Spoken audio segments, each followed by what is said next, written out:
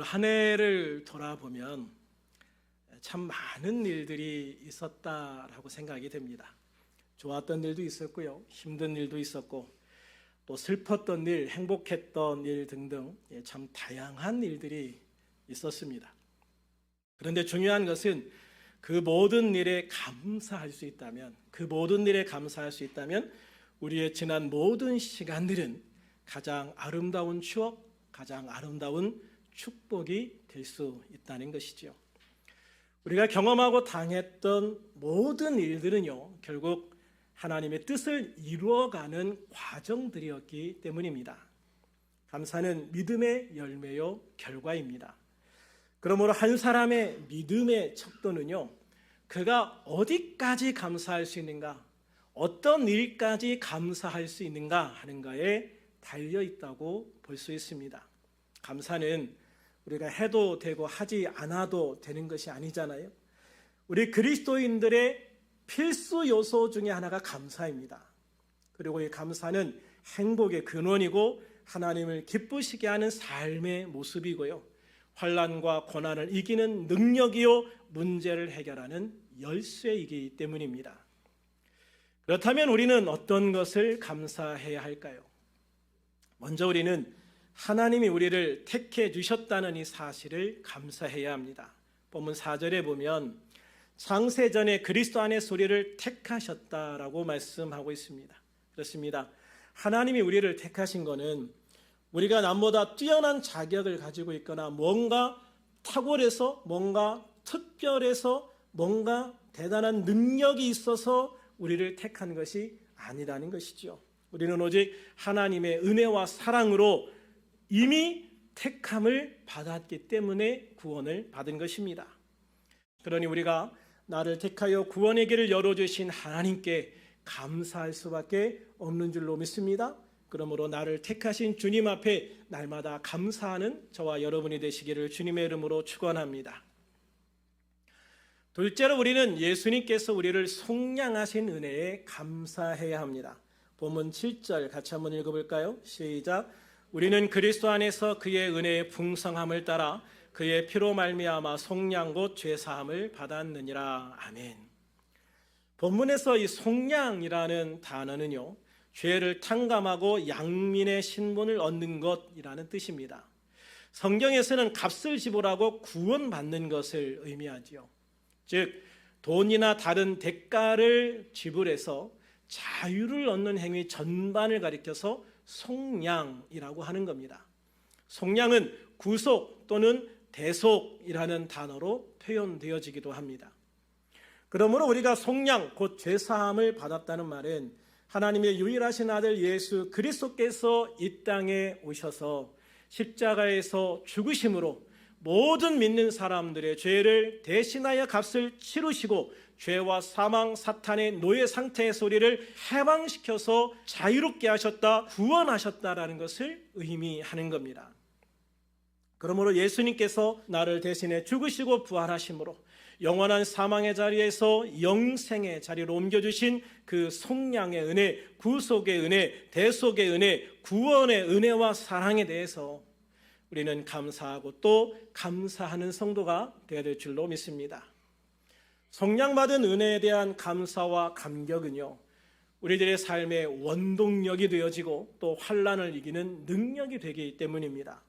그러므로 힘든 현실 속에서 불안, 고통, 절망감 등이 우리를 사로잡을 때에도 속량해 주신 주님의 은혜를 생각하고 감사하는 성도가 되기를 축원합니다. 그러면 우리는 절망과 고통 속에서도 오히려 기쁨과 평강을 소유하게 되어지고 그 모든 것을 뛰어넘어 이기고 승리하는 삶으로 나아가게 될 줄로 믿습니다. 그러므로 예수님의 십자가를 통한 속량의 은혜를 날마다 기억하고 감사함으로 우리의 신앙의 열정도 회복하시고 더욱 주님께 가까이 나아가 기도하고 응답받는, 축복받는 복된 삶을 사는 우리들이 될 수 있기를 주님의 이름으로 축원합니다. 세 번째로 우리들은 하나님의 자녀가 되고 하나님께서 우리의 아버지가 되셨다는 사실, 아빠가 되었다는 사실을 감사해야 합니다.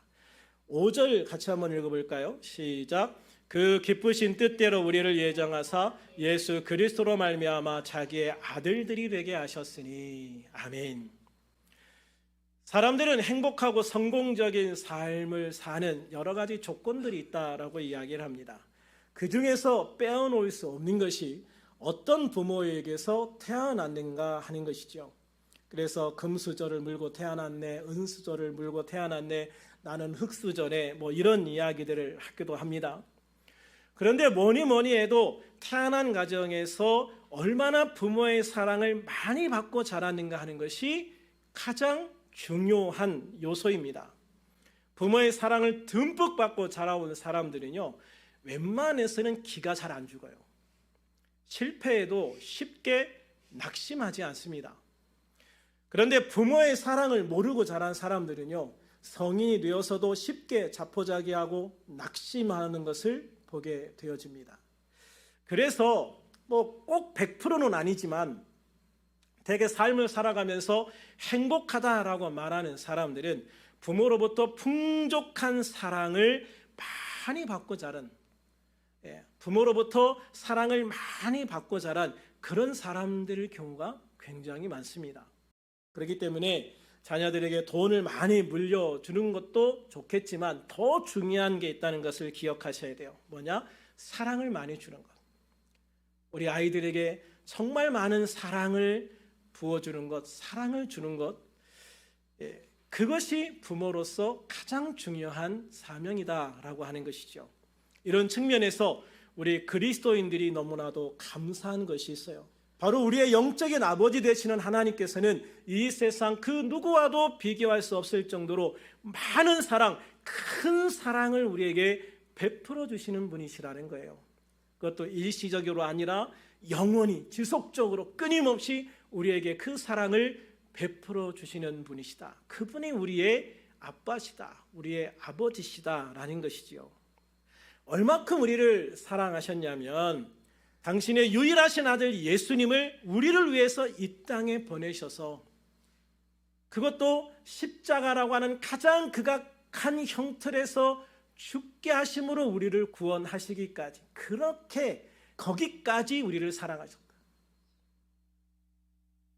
하나님이 세상을 이처럼 사랑하사, 이처럼이라는 단어에 예수님이 이 땅에 오셔서 십자가에 죽게 하실 만큼이라는 의미가 포함되어져 있는 거예요. 하나님은 그만큼 우리를 사랑하셨고 사랑하고 계시고 앞으로도 끝까지, 주님 오시는 그날까지, 그리고 그 이후에도 영원히 우리를 사랑하실 것을 믿으시기를 바랍니다. 그래서 하나님은 그 놀라운 사랑으로요, 우리를 구원하셨고 그 사랑으로 우리를 당신의 자녀로 삼아주신 거예요. 그냥 단순히 나의 아버지가 되셨다는 것을 넘어서서 로마서 8장 15절에 보면 아빠라고 불러라, 아빠라고 부르라 라고 했어요. 우리가 아버님, 아버지, 상당히 어떻게 보면 격식을 차리는 단어입니다. 그런데 아이들이 아빠를 봤을 때 어떻게 할까요? 아버님 다녀오셨습니까? 애기들이 그럴까요? 그렇지 않죠. 아빠 하고 막 달려간단 말이에요. 그만큼이 아빠라는 단어는 부모와 자녀 간에 굉장히 친숙함을 표현하는 단어예요. 세상에서 가장 친숙한 단어, 그게 바로 아빠라는 단어거든요. 그러니까 우리가 하나님 앞에서 어린아이와 같이 아빠하고 하나님 앞에 달려가서 그 하나님의 품에 폭 안길 수 있는 그런 관계를 얘기를 하시는 거예요. 하나님은 우리와 그런 관계가 되기를 원하신다. 나는 너의 그런 아빠가 되고 싶다. 너는 그런 나의 자녀가 되라고 말씀하고 계시는 것이죠. 그러니까 그렇게 가까운 그런 놀라운 은혜를 주신 것에 대해서 우리가 하나님 앞에 감사하지 않을 수가 없는 것이에요. 또 하나 우리가 하나님이 우리의 아버지가 되셨다는 것을 감사해야 하는 이유는 하나님이 우리의 아빠, 아버지가 되셔서 우리에게 하나님이 가지신 것들을 다 상속해 주셨다는 거예요. 다시 말하면 우리가 예수님을 믿음으로 인해서 하나님의 상속자가 되었다는 것이죠. 상속자가 되었다는 것은요, 하나님이 지니신 모든 것들을 내가 물려받았다는 거예요. 그걸 내가 누릴 수 있다는 거예요. 이것이 자녀의 특권이고 이것이 자녀가 갖는 권세거든요. 그러므로 우리 그리스도인들은 이 놀라운 자녀의 특권과 권세를 가지고 하나님의 자녀로서의 그 놀라운 삶을 살아갈 수 있어야 돼요.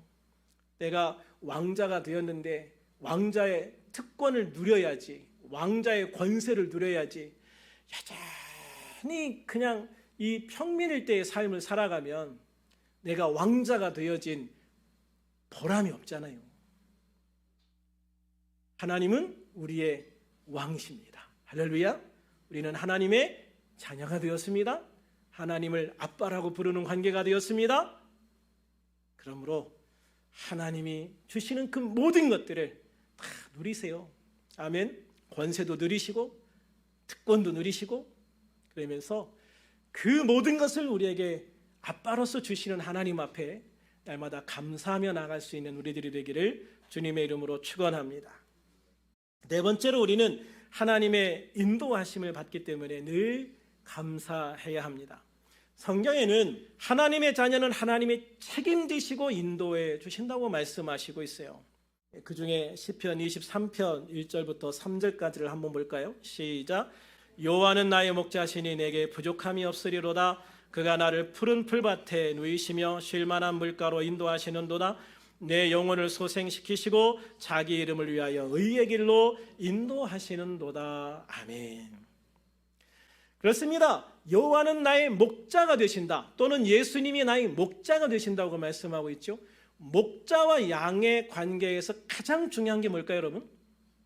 목자는 양을 뭐 하는 존재예요?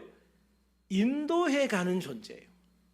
그게 목자로서 가장 중요한 거예요. 양을 인도하는 존재. 이게 목자의 가장 중요한 사명이란 말이에요. 하나님이 나의 목자가 되셨다라는 말은 하나님께서 나를 양과 같이 가장 좋은 곳으로 인도해 가신다. 어디로 인도해 가시느냐? 푸른 풀밭, 우리의 삶의 풍성함으로 쉴 만한 물가, 내가 정말 하나님 안에서 편안과 평강의 축복을 누릴 수 있는 곳으로 인도해 주신다는 거예요. 그래서 하나님이 나의 하나님이 되시면 내가 부족함이 없다라고 고백하고 있는 거예요. 뿐만 아니라 내 영혼을 소생시키시고 내가 예수님을 믿고 구원받은 하나님의 자녀가 되게 하시고 자기 이름을 위하여 의의 길로 하나님의 축복의 삶을 살아가는 삶으로 우리를 인도해 주신다고 말씀하고 있는 거예요. 그래서 하나님 아버지는 우리가 이 인생에서 걸어갈 수 있는 최선의 길로 우리를 인도해 가시고 최고의 삶을 살아갈 수 있도록 우리를 인도해 가신다라고 말씀하고 있는 겁니다. 그러므로 우리들이 말씀과 기도로 주님의 음성을 들을 수 있어야 돼요. 음성을 들어야 인도하심을 받잖아요. 그래서 하나님의 음성을 듣고 하나님의 인도하심을 받을 수 있다면 우리는 우리 인생을 통해서 살아갈 수 있는 모든 삶의 모습 중에 가장 좋은 삶의 모습을 살아갈 수가 있게 되어지는 거예요. 그러므로 항상 주님의 음성에 귀를 기울이시고 주님의 음성을 듣고 주님의 인도하심에 순종해서 우리를 최선과 최고의 삶으로 인도하시는 하나님 아버지께 감사할 수 있는 우리들이 될 수 있기를 주님의 이름으로 축원합니다. 다섯 번째로 하나님은 우리를 보호해 주시고 지켜주시기 때문에 감사해야 합니다. 시편 23편에도 보면 뭐라고 그랬어요? 목자가 되셔서 나를 인도해 가실 뿐만 아니라 나를 지켜주시는 하나님이라고 얘기하고 있거든요. 그런데 시편 91편에 보면 더 구체적으로 우리를 지키시는 하나님에 대한 말씀이 나와요. 2절부터 7절까지 같이 읽어볼까요? 시작. 나는 여호와를 향하여 말하기를 그는 나의 피난처요 나의 요새요 내가 의뢰하는 하나님이라 하리니 이는 그가 너를 새 사냥꾼의 올무에서와 심한 전염병에서 건지실 것이미로다. 그가 너를 그의 깃으로 덮으시리니 내가 그의 날개 아래 피하리로다. 그의 진실함은 방패와 손방패가 되시나니 나는 밤에 찾아오는 공포와 낮에 날아드는 화살과 어두울 때 퍼지는 전염병과 밝을 때에 닥쳐오는 재앙을 두려워하지 아니하리로다. 1000명이 내 왼쪽에서 10,000명이 내 오른쪽에서 엎드러지나 이 재앙이 내게 가까이 하지 못하리로다. 아멘. 할렐루야. 하나님은요, 내 왼쪽에서 1000명이 오른쪽에서 10,000명이 쓰러질 정도로 처참한 환경 속에서도 어떻게 하신다? 나를 지켜주신다. 나를 지켜주신다. 아멘. 그래서 하나님은 나의 피난처가 되시고 나의 요새가 되어주시고 내가 의지할 유일한 분이시라고 말씀하고 있는 거예요. 그래서 하나님은 전염병과 함정과 모든 약함으로부터 방패가 되어주셔서 나를 지켜주신다. 그래서 밤에도 낮에도 나를 다 막아주시고 보호해 주신다고 말씀하고 있는 거예요. 그렇게 나의 힘이 되신 하나님께서는 나의 피난처가 되시는 거예요. 요새가 되시는 거예요. 그러니까 우리 하나님 앞에 감사할 수밖에 없잖아요. 오늘도 우리를 지켜주시고 보호해 주시는 하나님 아버지께 감사하시기 바랍니다. 그래서 언제 어디에서나 주님의 지키시고 보호하심이 함께할 수 있는 우리들, 그렇게 승리하는 우리들이 되기를 주님의 이름으로 축원합니다. 6번째로 하나님이 우리의 기도에 응답해 주시는 사실에 더욱 감사해야 합니다. 응답해 주시는 은혜. 여러분, 응답이라는 것은 뭐가 전제되는 겁니까? 기도가 전제되는 겁니다. 그런데요, 세상에 수많은 종교인들이 다 기도를 해요. 다 기도한다고. 불교인들 기도합니다. 다른 종교, 이슬람교나 다 기도합니다. 그런데 그 기도하는 것에 응답해 주시겠다고 약속하신 것은 예수 이름으로 하는 기도밖에 없어요. 아멘. 그래서 요한복음 14장 13절에 보면 너희가 내 이름으로 무엇을 구하든지 내가 행하겠다. 내 이름으로, 예수 이름으로 무엇을 구하든지 내가 행하겠다라고 말씀하셨어요. 또 마가복음 11장 24절에 보면 내가 너희에게 말하노니 무엇이든지 기도하고 구하는 것은 받은 줄로 믿어라. 아멘. 너희가 내 이름으로 기도했으면 이미 그것은 받았다고 믿어라. 이미 받은 것으로 믿어라. 그래서 저희가 기도에 대해서 말씀을 나눌 때 그런 이야기를 했어요. 기도할 때는 받을 줄로 믿는 게 아니라 받은 것으로 믿어야 된다. 많은 그리스도인들이 여기에서 실패하는 거예요. 기도하고요, 앞으로 응답해 주실 것을 믿어요. 근데 그거는 주님이 말씀하시는 믿음이 아니에요. 내가 기도했을 때 하나님이 앞으로 응답을 주시겠지가 아니라 내가 기도하는 순간 이미 응답하셨다고 믿는 거예요. 응답을 받고 나가는 거예요. 그게 기독교인들의 기도예요. 왜냐하면 하나님은 내가 기도할 때 이미 들으시고 응답하셨다고 약속하셨기 때문이지요. 이미 그대로 될 것이라고 받은 줄로 믿으라고 말씀하셨기 때문이에요.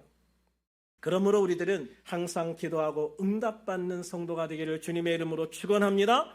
그리고 우리의 기도를 들으시고 응답해 주시는 이 놀라운 하나님의 은혜를 경험하고 하나님께 감사하는 성도가 되시기를 우리 주님의 이름으로 축원합니다.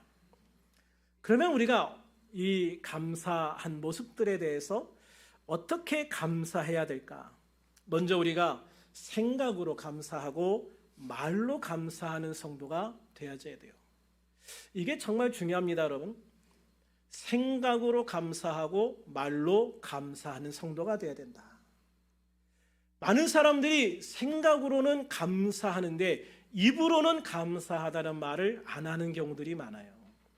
그런데 예수님은, 하나님은 항상 마음으로만 믿지 말고 입으로 시인하라고 말씀하시죠. 왜냐하면 우리의 입을 통해서 그 말이 나왔을 때 그게 더 확실해지기 때문이에요.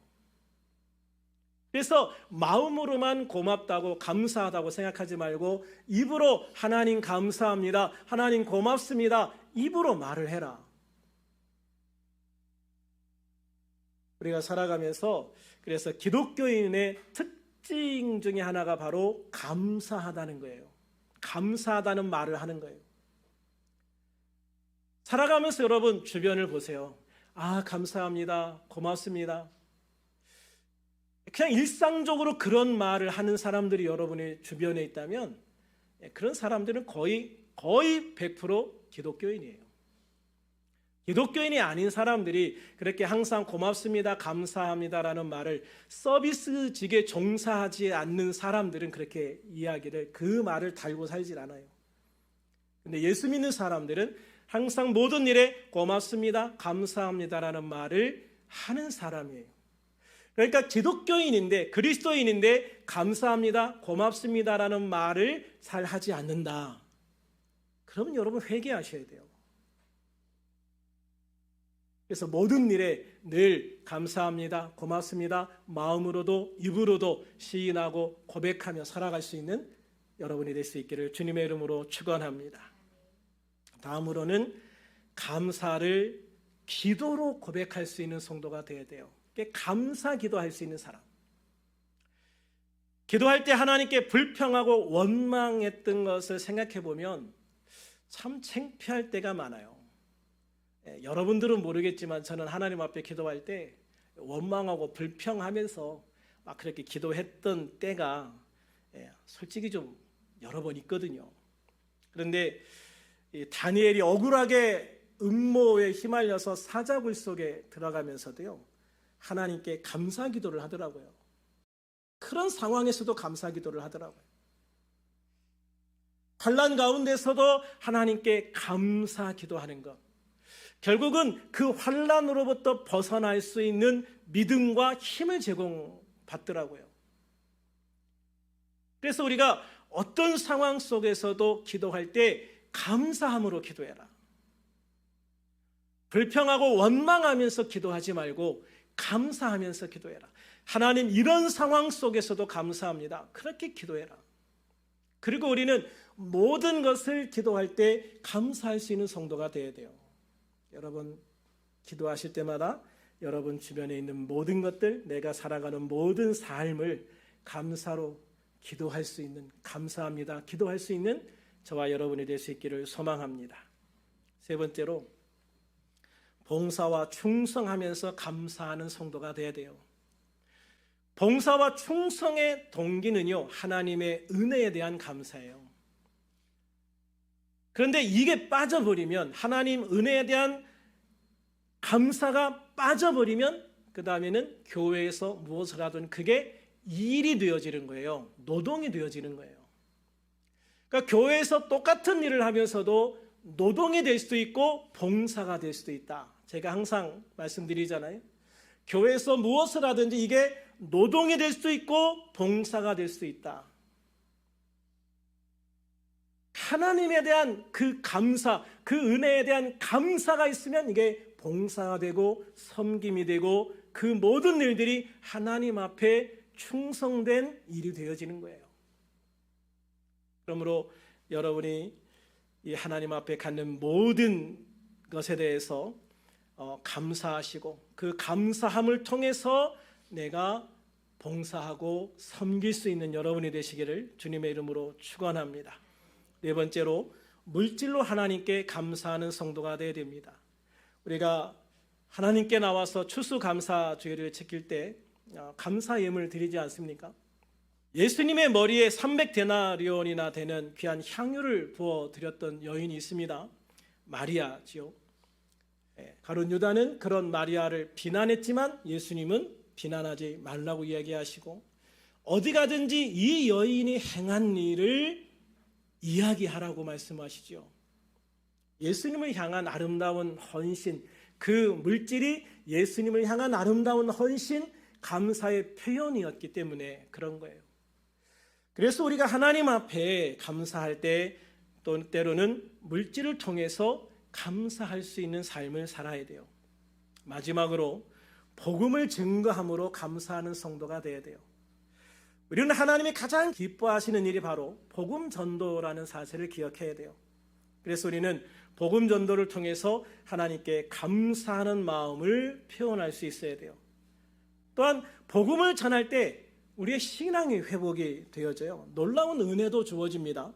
그러므로 우리는 때를 얻든지 못 얻든지 항상 복음을 증거하면서 주님이 내게 주신 모든 것에 감사할 수 있는 그런 우리들이 되기를 주님의 이름으로 축원합니다. 이제 말씀을 정리합니다. 이 귀한 추수감사 주일에 하나님께서 우리를 택하시고 우리를 속량하여 주시고 자녀 삼아 주시고 언제 어디서나 우리를 인도하시고 보호하시며 기도에 응답해 주시는 그 하나님의 모든 은혜에 대해서 감사하는 성도가 될 수 있기를 주님의 이름으로 축원합니다. 그래서 우리의 삶이 더욱 풍성해지고 더욱더 놀라운 하나님의 은혜를 날마다 체험하며 살아가는 우리들, 그리고 더 귀한 소망으로 채워지고 더 귀한 축복으로 채워지는 감사하는 하나님의 사람들이 되어 수 있기를 주님의 이름으로 축원합니다.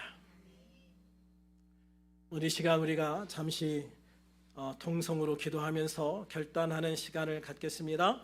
주님, 우리를 택하시고 속량하여 주시고 자녀 삼아 주셔서 언제나 우리를 인도하시고 보호하시며 우리의 기도에 응답하시는 주님 감사합니다. 항상 어떤 상황에서도 오직 감사하기를 힘쓰는, 어떤 상황에서도 불평이나 원망이 아닌 감사할 수 있는 성도가 되게 하여 주시옵소서. 우리 주님 한번 부르고 통성으로 기도합니다. 주여, 할렐루야. 아버지 하나님, 온전히 하나님의 놀라운 은혜 가운데 역사하시고 인도해 주심을 감사합니다.